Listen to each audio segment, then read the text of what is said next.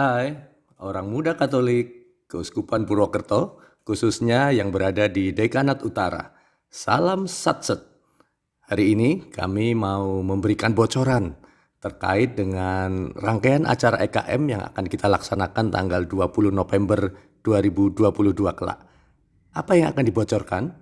Yaitu adalah teknis permainan Gagian Race yang merupakan perwujudan dari Satset Award 2022. Tujuan Gagian Race ini adalah supaya OMK mampu bertindak cekatan atau satset dalam mengejawantahkan potensinya dalam kondisi terbatas dengan tetap memperhitungkan faktor analisis, kreativitas, kemandirian, namun juga solidaritas. Itu adalah konsepnya. Kemudian targetnya, tiap peserta akan mengumpulkan poin setinggi mungkin melalui penyelesaian di setiap pos permainan. Nah, itu adalah gambaran besar dari Gagian Race ini. Adapun prinsip permainannya adalah yang pertama, peserta permainan adalah individu. Jadi walaupun nanti kita akan bertemu dengan lebih dari 250 OMK dari 8 paroki di Dekanat Utara, namun peserta permainan ini adalah secara individu. Yang kedua, waktu total race atau permainan adalah 100 menit saja. Ketiga, peserta itu boleh bebas masuk pos manapun selama memenuhi syarat jumlah dan beda paroki. Jadi tidak ada rute tertentu ya. Berikutnya, syarat jumlah peserta per kelompok dan syarat minimal asal paroki adalah pos A, 1 orang, artinya dari 1 paroki saja. Pos B, pesertanya 4-7 orang dari 3 paroki. Pos C, 7-10 orang, minimal dari 5 paroki. Dan pos D, harus persis 11 orang, minimal dari 6 paroki.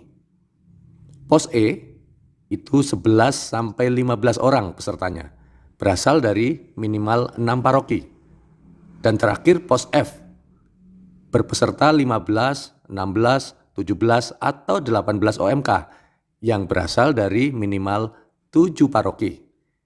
Nah, itu tadi syarat jumlah peserta dan syarat minimal asal parokinya. Kemudian untuk lokasinya, pos A itu bertempat di dalam kompleks Torsa. Pos B ada di aula utama. Pos C ada di SD Pius. Pos D halaman Sananta FM. Pos F ada di lapangan rumput. Dan pos G itu tidak digunakan karena itu adalah posisi Gereja Hati Kudus Yesus. Jadi, jika seseorang peserta hendak bermain di pos B dengan syarat per kelompok 4-7 orang dan minimal dari 3 paroki, maka ia harus bersama-sama atau mencari kawan. Sehingga dalam satu tim pemain harus terdiri dari 4, 5, 6, atau 7 orang yang berasal dari setidaknya 3 paroki yang berbeda. Ya. Oke, kita lanjut ya ketentuan berikutnya yang kelima. Setelah syarat terpenuhi, peserta baru bisa lapor pada fasilitator pos dengan menyerahkan kartu prestasi calon pemain. Ya. Kartu prestasinya berupa daftar kosong. Ya. Kemudian yang keenam, fasilitator akan memeriksa persyaratan sebelum kelompok tersebut diperbolehkan bermain. Fasilitator akan menolak kelompok yang tidak memenuhi ketentuan. Misalnya jumlah atau asal parokinya tidak memenuhi syarat. Ketentuan berikutnya, setelah semuanya terpenuhi, games baru akan dilaksanakan sesuai dengan arahan fasilitator. Kemudian, usai bermain di suatu pos, semua peserta dalam satu kelompok tersebut akan mendapat nilai yang sama. Nilai itu dicatatkan oleh fasilitator pos di kartu prestasi yang lalu dikembalikan pada setiap peserta. Maka kelompok untuk bermain di pos tersebut selesai dan bubar. Kemudian yang kesembilan, setiap peserta lalu bebas untuk mencari pos berikutnya. 10. Demikian prosedurnya sama untuk setiap pos yang hendak dituju. Artinya, tiap peserta harus tahu dia mau menuju ke pos mana, syarat jumlah pemainnya berapa, harus terpenuhi, kemudian syarat minimal asal parokinya dari berapa paroki juga harus terpenuhi. Setelah berkumpul beberapa orang yang memenuhi syarat, barulah lapor pada penjaga pos atau fasilitator. Begitu prosedurnya terus-menerus ya. Setelah selesai bermain, nanti nilainya akan sama semua. Nilai itu akan dicatat di setiap lembaran milik para peserta lalu dikembalikan. Lalu peserta kelompok itu bubar dan boleh mencari pos berikutnya. Demikian seterusnya dalam 100 menit ya. Nah, peserta itu boleh mengulang suatu pos 1 kali lagi dengan syarat jika semua pos sudah pernah diikuti. Dalam kondisi ini maka peserta akan mendapat 2 nilai atau poin. Nah, yang diperhitungkan itu adalah poin yang tertinggi. Saat waktu permainan selesai, semua aktivitas dihentikan. Perolehan total poin dicatat oleh peserta yang bersangkutan ya. Ingat, jika satu pos ada 2 poin, maka yang dihitung adalah yang terbesar. Kemudian seluruh kartu lembar prestasi dikumpulkan dan kami para pendamping akan melihat dan merekapnya. Dan peserta yang memperoleh nilai tertinggi akan dinyatakan sebagai pemenang Satset Award 2022. Itu hanya 1 orang. Dan bonusnya, nanti kami juga akan mencatat nilai rata-rata peserta setiap paroki. Dan paroki mana yang nilai rata-ratanya itu tertinggi akan menjadi paroki tersatset dalam kegiatan kali ini. Seru ya? Oke, kita lanjut.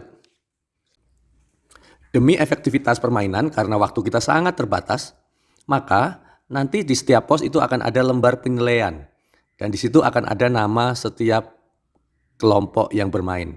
Namun kita tidak perlu mencatat nama kita secara lengkap. Cukup mencatat kodenya saja. Nanti di awal permainan, di lembar itu yang akan dibagi ke setiap peserta sudah ada kodenya.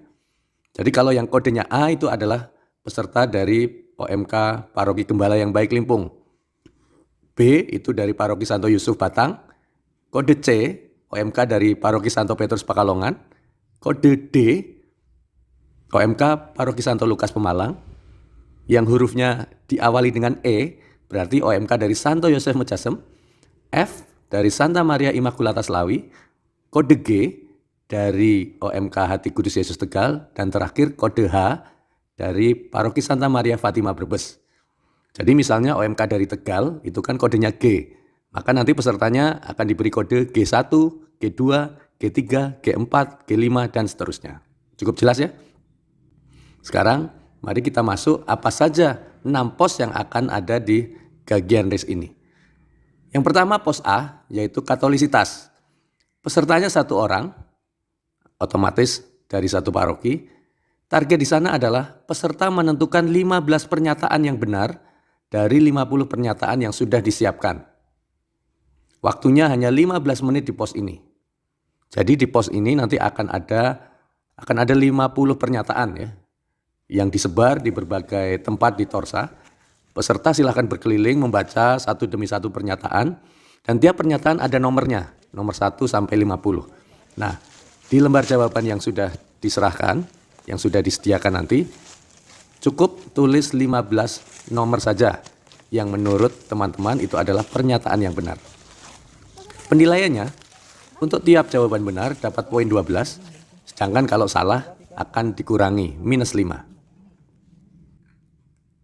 Berikutnya, pos B, kita akan berpacu dalam pujian di sini. Pesertanya 4-7 orang dari minimal 3 paroki.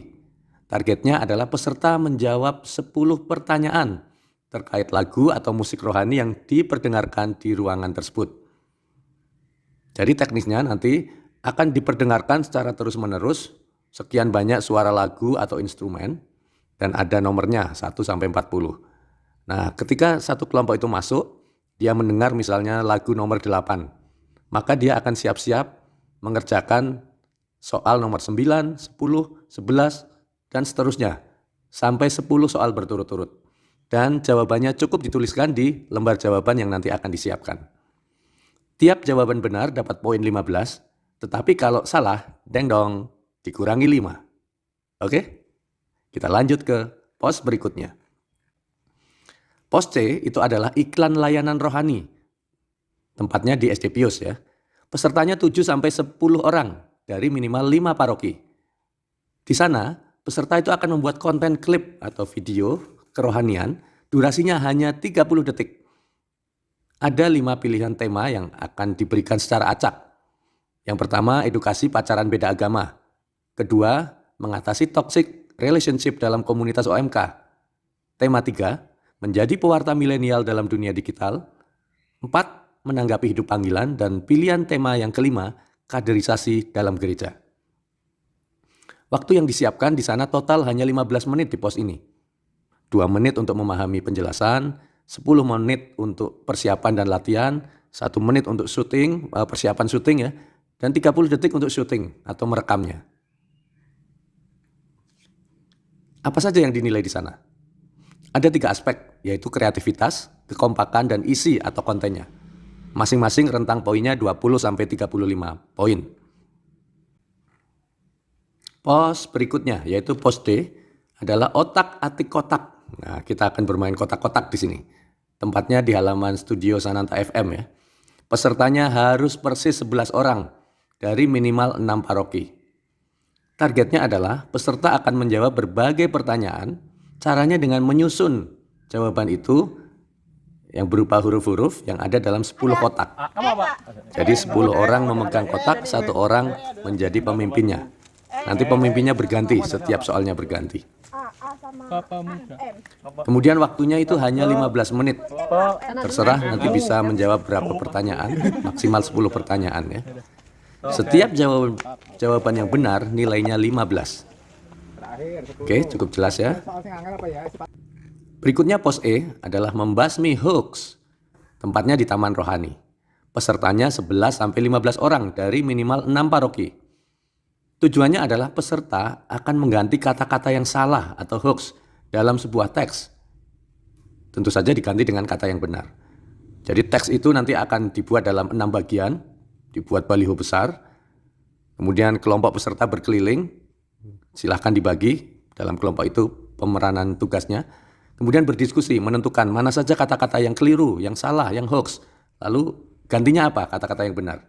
Cukup dituliskan di lembar jawaban yang nanti disediakan. Tiap jawaban benar dapat nilai 10. Ya. Kemudian pos terakhir adalah Subway Surfer. Seperti game yang lagi tenar ya. Tempatnya di halaman rumput SD Pius. Pesertanya paling banyak nih. 15-18 orang dari minimal 7 paroki. Nah, caranya nanti semua peserta akan masuk ke dalam selempang roda seperti bulldozer ya. Dan dalam waktu 8 menit bergerak sejauh mungkin mengelilingi arena yang tiap sudutnya ada checkpoint. Waktu yang disediakan hanya 8 menit dan setiap lewat 1 checkpoint dapat nilai 10. Ini maksimal 10 checkpoint ya. Jadi harus bergerak bersama-sama, kompak. Ya. Nah, itu tadi beberapa bocoran yang bisa kami sampaikan dan selamat mempersiapkan diri dan kita akan bertemu pada hari Minggu kelak dalam Gagian Race Satset Award 2022. Salam Satset.